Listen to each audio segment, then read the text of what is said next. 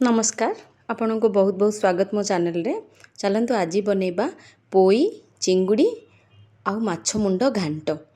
देखंतु एथिपाई मु रोही माछर गोटे मुंड को दुई फाळ करी नेछि और एथिरे टिके हळदी टिके लूण देकी पूरा घसी नेबा, पूरा चारिपटे घसी नेबा, कारण आहा परे आमे या को फ्राई करिबा।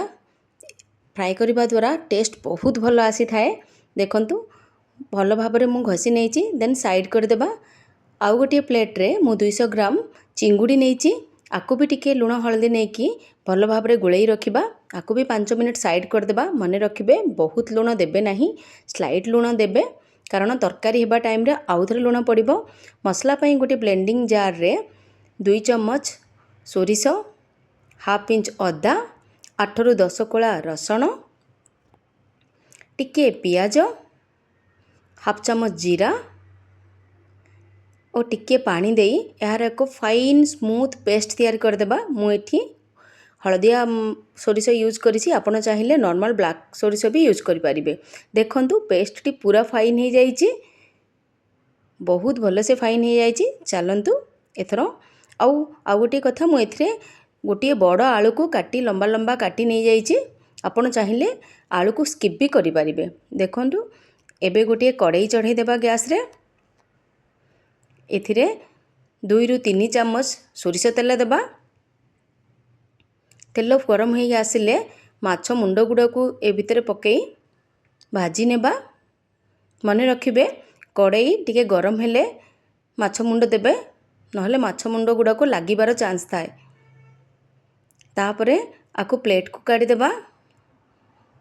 एठी मोर माछ मुंडटी भांगी जाइछि, किंतु घांटरे पड़िबो तो एमिति भी से भांगी जिवो, तो किसी प्रॉब्लम नहीं। आपरे बळका तेल रे चिंगुड़ी को देई देबा। ताकू भी मीडियम फ्लेम रे टिके भाजी नेबा।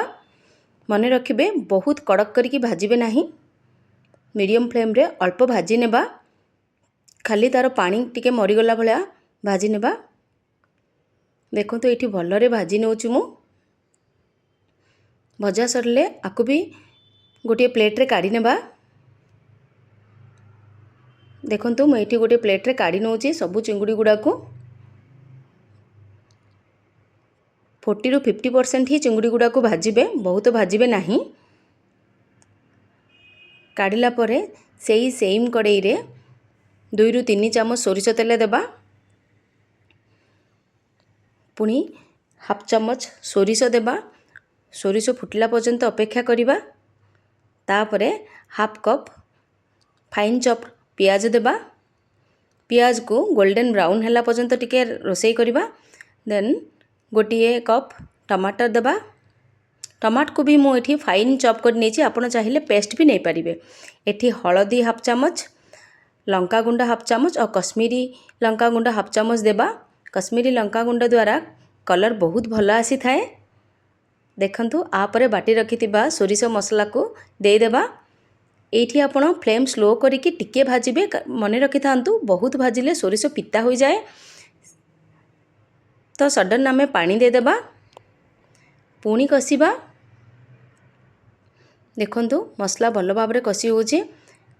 एथिरे आलू दे देबा, भाजी रखिथिबा माछ मुंड और चिंगुड़ी को भी दे देबा। भल भाबरे गोळेई देबा। तापरे एथिरे 2 कप पानी दे देबा। मु एठी गरम पानी यूज करिछि, आपण चाहिले ठंडा पानी भी देबे, किछि प्रॉब्लम नहीं। स्वाद अनुसार लूण देबा। ताहा परे आकु ढांकी 10 मिनट कुक करिबा। देखंतु 10 मिनट होई जाइछि, परिबा अधा सिझी जाइछि। तापरे मु एठी पोई साग को भल से सफा करी रखिथिली। प्रथमे डंक गुडा को देबा, तापरे पोई पत्र गुडा को देबा। देखंतु आपरे घोड़े की 2 मिनट रोसई करिबा। देखंतु पोई साग गुडा को कमी गला। आकु भल भाबरे गोळेई देबा। पुणी आकु घोड़े की 10 मिनट रोसई करिबा।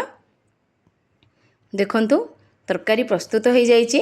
आपण चाहिले आउ टिके रोसई करी आर पानी को मारी परिबे। मु एठी गरम भात संगे यूज करबी, तो सेइथि पई टिके झोल रखिछि। देखंतु मजेदार पोई घांट प्रस्तुत हो जाइछि। एही वीडियोटी जदि आपनको भल लागिछि ताहले सब्सक्राइब करबा को बिल्कुल भूलिबेनी। रहुछि बाय।